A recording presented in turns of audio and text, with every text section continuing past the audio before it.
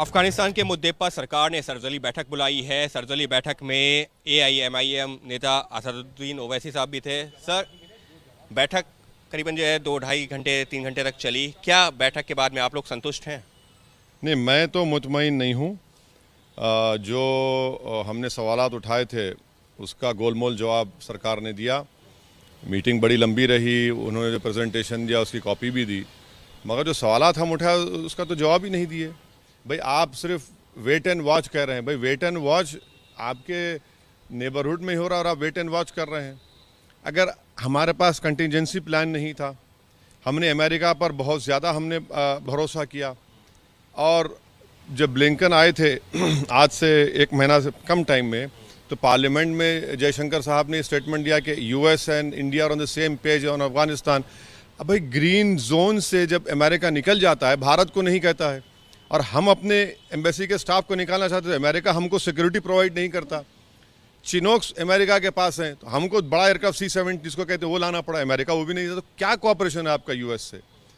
और फिर अगर आप सैंक्शन कमेटी का चेयरमैन भारत है, तो तालिबान के 100 लीडर को डेजिग्नेटेड टेररिस्ट करार दे दिया गया है, तो क्या भारत उनको डिडेजिग्नेट करेगा? और अगर नहीं करेगा तो फिर क्या वो भूल गए कि यही हक्कानी नेटवर्क, हमारे एक डिप्लोमेट को काबुल में एम्बेसी में बम ब्लास्ट में उसकी मौत हुई थी। और अगर नहीं करते तो फिर आप UAPA में करेंगे क्या? UAPA लॉ में टेररिस्ट ऑर्गेनाइज करते हैं। अगर वो भी नहीं करेंगे तो BJP को अपने तमाम स्पोक्स पर्सन को सख्ती से कहना चाहिए कि हर एक को तालिबानी बोलना बंद करे। मैं ये पॉइंट उठाया हूँ तो इसका जवाब नहीं है। और लॉन्ग टर्म वीज़ा आपने कैंसिल कर दिया, वीज़ा के लिए देरी हो रही। हमने जो अफ़गानी नेशनल वहाँ पर काम करते थे एम्बेसी में, उनको नहीं लाया।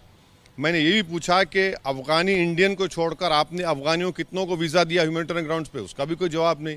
सब गोलमोल जवाब, ऐसा हम कर रहे हैं, हम इनसे बात कर रहे हैं। चर्चा के दौरान क्या इस बात को लेकर भी जो चर्चा हुई है, ये आशंका जाहिर की कि क्योंकि तालिबान अफगानिस्तान में कब्जा कर चुका है, लिहाजा उससे जो भारत में क्रॉस बॉर्डर टेररिज्म है उसका भी खतरा बढ़ेगा? यकीनन बढ़ेगा।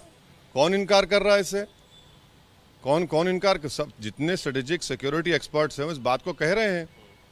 तो आप क्या करने वाले हैं उसके लिए? बहुत से ये आपका सवाल बिल्कुल सही है, इसका जवाब देना पड़ेगा। आपके चीफ ऑफ डिफेंस स्टाफ का स्टेटमेंट हमारे सामने है, आप और हम नहीं कह रहे हैं, वो खुद कह रहे हैं।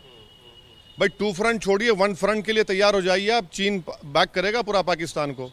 तो ये तो है ना, ये सब तब्दीलियां होंगी और इस पर देखिए क्या होता है।